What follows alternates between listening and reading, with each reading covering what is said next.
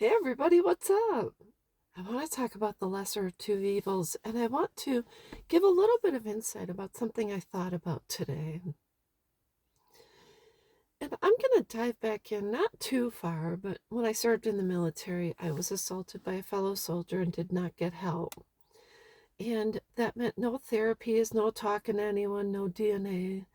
And so I kind of carried it with me because I always said, I will deal with this later. Subsequently, I went on to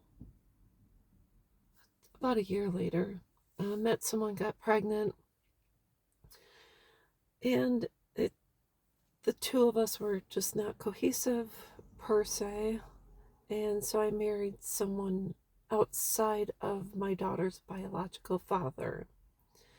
Lo and behold, everything I thought would be okay. He seemed like a nice person, and I thought, well, let's give it a go.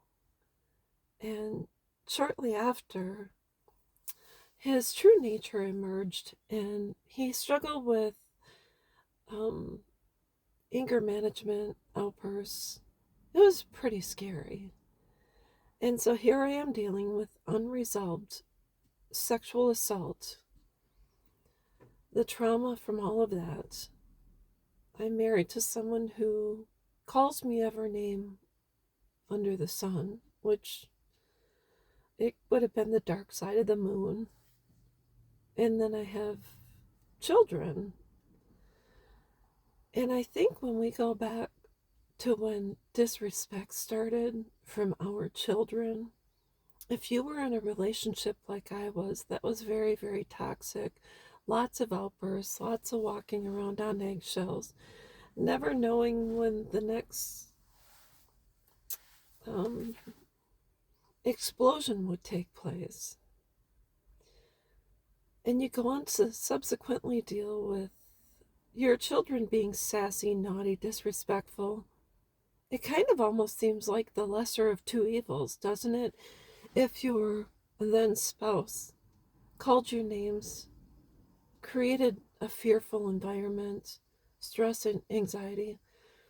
When your children mouthed off or were sassy, that was kind of easier to deal with in a way.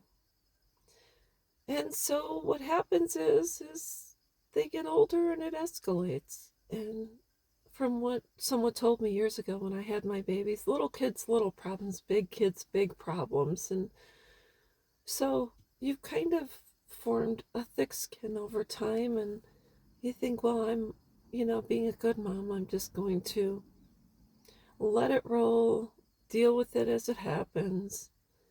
But as the disrespect from your children escalates, it just kind of becomes the norm, which is really, really sad because no one should ever live like that. So when we wonder when the conception of the estrangement started, it started the second they were allowed to treat you as less than. It didn't start the day they walked out of your life, ghosted you, disconnected, decided that you were a really terrible parent. This probably has been going on for quite some time. So I just want to say we can go back and say we coulda, shoulda, woulda.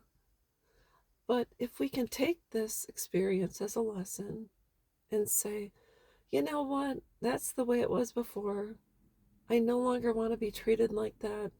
I'm going to go to therapy, build up my self esteem, build up my confidence, deal with past traumas, and stop allowing people to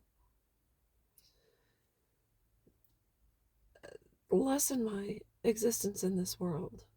So you can take what you've learned, turn that ship around, and start sailing towards the sun, towards a brighter day, towards a happier future.